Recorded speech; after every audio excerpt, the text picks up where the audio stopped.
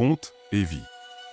Il était une fois, dans les temps anciens, où les étoiles parlaient encore aux hommes, un village niché entre les collines rouges de l'Afrique. Les cases rondes, aux toits de chaume dorés par 1000 soleils, se serraient les unes contre les autres comme des enfants effrayés. Car chaque nuit, dès que la lune argentée caressait la cime des baobabs centenaires, un son mystérieux s'élevait des profondeurs de la forêt sacrée. Boum, boum, boum. Un tambour battait dans l'obscurité, mais personne ne le frappait. Les anciens du village hochaient leurs têtes chenues et murmuraient « Ce sont les esprits de nos ancêtres qui nous appellent !» Les mères serraient leurs enfants contre leur cœur. Les guerriers eux-mêmes évitaient de regarder vers la forêt quand tombait la nuit. La peur, telle une brume froide, enveloppait les villages de son voile invisible. Mais il y avait dans ce village un garçon différent des autres. Son nom était Koba, et ses yeux brillaient de cette curiosité rare qui pousse les âmes courageuses vers l'inconnu. Chaque nuit, tandis que les autres se terraient dans leur case, Koba s'asseyait près du grand feu central et écoutait. Il écoutait ce tambour mystérieux dont les battements semblaient résonner jusque dans son propre cœur. Bam, bam. Ce rythme, se disait-il, il ne ressemble pas à la colère, il ressemble plutôt à une berceuse. Une nuit où la lune était pleine comme l'œil d'un ancêtre bienveillant, Koba prit cette décision. Il se leva, enveloppa ses épaules d'un pagne tissé par sa grand-mère et marcha vers la forêt interdite. Ses pieds nus foulaient le sentier de terre rouge. À chaque pas, les ombres des grands arbres dansaient autour de lui comme des géants endormis. Les yeux dorés des chacals brillaient dans l'obscurité, 2 points de lumière qu'il observait, sans crainte, car il sentait que ce garçon ne venait pas en ennemi. Le tambour se rapprochait. Boum, boum, boum. Plus fort maintenant, plus profond, Koba sentait les vibrations remonter de la terre, traverser ses pieds, sa poitrine, jusqu'à faire trembler son âme. Il marcha longtemps, si longtemps que les bruits du village s'estompèrent derrière lui. Seul demeurait le chant nocturne des grillons, le souffle du vent dans les feuillages, et ce tambour qui l'appelait. Soudain, les arbres s'écartèrent. Une clairière s'ouvrit devant lui, baignée d'une lumière lunaire si pure qu'elle semblait liquide. Et là, au centre exact de ce cercle sacré, se dressait le tambour. Il était magnifique et terrifiant à la fois, sculpté dans le bois d'un baobab millénaire, orné de symboles anciens qui racontaient l'histoire du monde.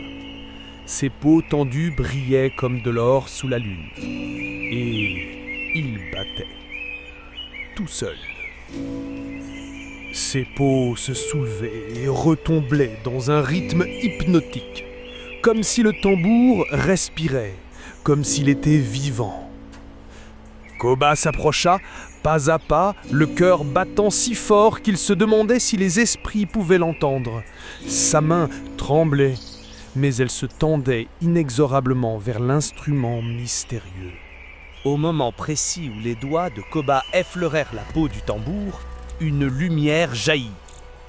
Pas aveuglante, non, une lumière douce, comme le sourire d'une mère, chaude comme l'étreinte d'un père. Elle montait du tambour en spirale dorée, illuminant la clairière tout entière. Et dans cette lumière, des voix s'élevèrent. « Koba !» murmurait-elle comme le vent dans les feuilles. « Koba, enfant de notre sang, petit-fils de nos petits-fils !» C'étaient les voix des ancêtres, tous ceux qui avaient vécu, aimé, lutté sur cette terre rouge avant lui. Le garçon reconnut même la voix de son arrière-grand-père, ce grand chasseur dont on racontait les exploits au coin du feu. « N'aie pas peur, mon enfant, » continuèrent les voix. « Ce tambour n'est pas maudit, il n'apporte pas le malheur, il est la mémoire de notre peuple. Il bat chaque nuit pour rappeler aux vivants que nous n'avons pas disparu, que nous veillons sur vous. que notre amour vous accompagne toujours. » Les larmes coulaient sur les joues de Koba, mais c'étaient des larmes de joie, de soulagement. Quand Koba revint au village, l'aube roussissait à l'horizon. Tout le monde l'attendait, terrifié de voir qu'il était parti vers la forêt interdite. Mais le garçon souriait. Il raconta son aventure, chaque détail, chaque émotion. Il parla de la lumière, des voix bienveillantes, de l'amour infini des ancêtres. Dès cette nuit-là, tout changea dans le village.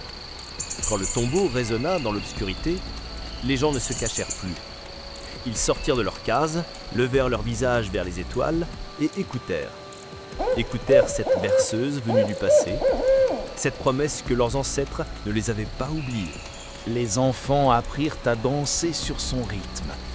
Les anciens souriaient en reconnaissant les mélodies de leur jeunesse. Et Koba, devenu le gardien du tambour sacré, veillait sur ce lien précieux entre les morts et les vivants.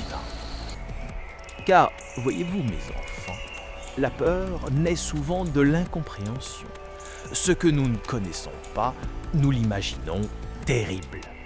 Mais celui qui ose affronter ses craintes avec un cœur pur et courageux découvre parfois que l'ombre cache non pas un monstre, mais un trésor. Le courage et la curiosité éclairent les mystères de la vie. Ceux qui osent affronter leur peur découvrent souvent la vérité cachée derrière l'ombre. Si t'as aimé cette histoire, n'hésite pas à lâcher un petit like et de t'abonner à la chaîne Contes et Vies pour ne pas rater la plus prochaine histoire. Partage cette histoire à des personnes qui pourraient l'aimer aussi.